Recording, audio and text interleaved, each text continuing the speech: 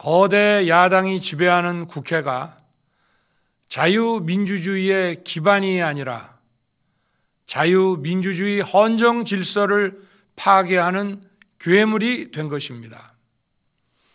이것이 국정마비요, 국가 위기 상황이 아니면 무엇이란 말입니까? 대체 어느 나라 정당이고 어느 나라 국회인지 알 수가 없습니다. 검찰과 경찰의 내년도 특경비, 특활비 예산은 아예 0원으로 깎았습니다. 대한민국을 간첩 천국, 마약 소굴, 조폭 나라로 만들겠다는 것 아닙니까? 이런 사람들이야말로 나라를 망치려는 반국가 세력 아닙니까? 이처럼 지금 대한민국은 거대 야당의 의회 독재와 폭거로 국정이 마비되고 사회 질서가 교란되어 행정과 사법의 정상적인 수행이 불가능한 상황입니다. 작년 하반기 선거관리위원회를 비롯한 헌법기관들과 정부기관에 대해 북한의 해킹 공격이 있었습니다. 시스템 장비 일부분만 점검했지만 상황은 심각했습니다. 국정원 직원이 해커로서 해킹을 시도하자 얼마든지 데이터 조작이 가능하였고 방화벽도 사실상 없는 것이나 마찬가지였습니다. 비밀번호도 아주 단순하여 1, 2, 3, 4, 5 같은 식이었습니다.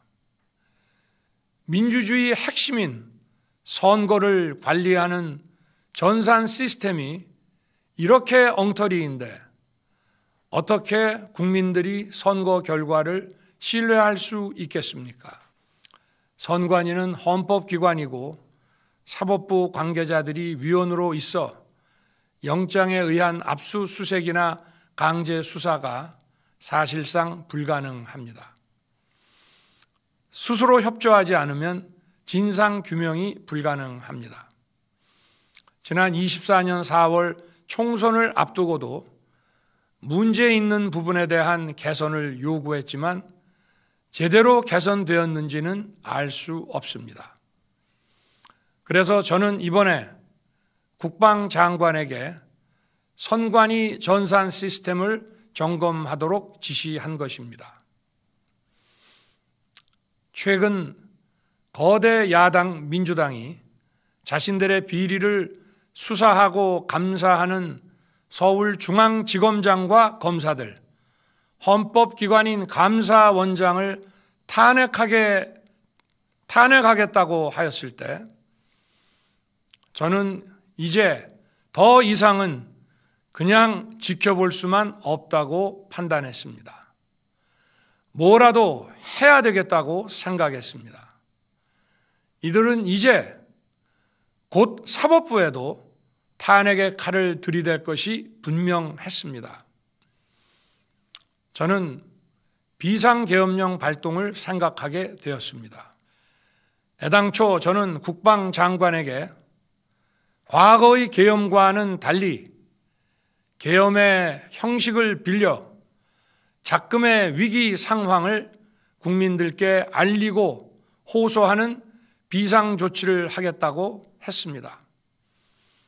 그래서 질서 유지에 필요한 소수의 병력만 투입하고 실무장은 하지 말고 국회의 계엄 해제 의결이 있으면 바로 병력을 철수시킬 것이라고 했습니다. 실제로 국회의 계엄 해제 의결이 있자 국방부 청사에 있던 국방장관을 제 사무실로 오게 하여 즉각적인 병력 철수를 지시하였습니다. 소규모이지만 병력을 국회에 투입한 이유도 거대 야당의 망국적 행태를 상징적으로 알리고 계엄 선포 방송을 본 국회 관계자와 시민들이 대거 몰릴 것을 대비하여 질서 유지를 하기 위한 것이지 국회를 해산시키거나 기능을 마비시키려는 것이 아님은 자명합니다. 저는 국방장관에게 계엄령 발령 담화 방송으로 국민들께 알린 이후에 병력을 이동시키라고 지시했습니다. 그래서 10시 30분 담화 방송을 하고 병력 투입도 11시 30분에서 12시 조금 넘어서 이루어졌으며 1시 조금 넘어 국회의 계엄 해제 결의가 있자 즉각 군 철수를 지시하였습니다. 결국 병력이 투입된 시간은 한두 시간 정도에 불과합니다. 사상자가 발생하지 않도록 안전사고 방지에 만전을 기하도록 하였고 사병이 아닌 부사관 이상 정예 병력만 이동시키도록 한 것입니다.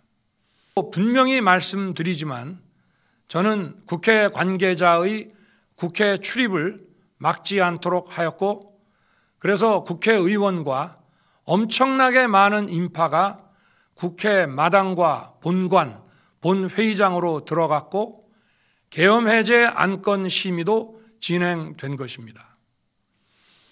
그런데도 어떻게든 내란죄를 만들어 대통령을 끌어내리기 위해 수많은 허위 선동을 만들어내고 있습니다. 도대체 2시간짜리 내란이라는 것이 있습니까? 질서 유지를 위해 소수의 병력을 잠시 투입한 것이 폭동이란 말입니까? 지금껏 국정 마비와 국헌 문란을 주도한 세력과 범죄자 집단이 국정을 장악하고 대한민국의 미래를 위협하는 일만큼은 어떤 일이 있어도 막아야 합니다. 저는 끝까지 싸울 것입니다. 저는 묻고 싶습니다. 지금 여기저기서 광란에 칼춤을 추는 사람들은 나라가 이 상태에 오기까지 어디서 도대체 무엇을 했습니까?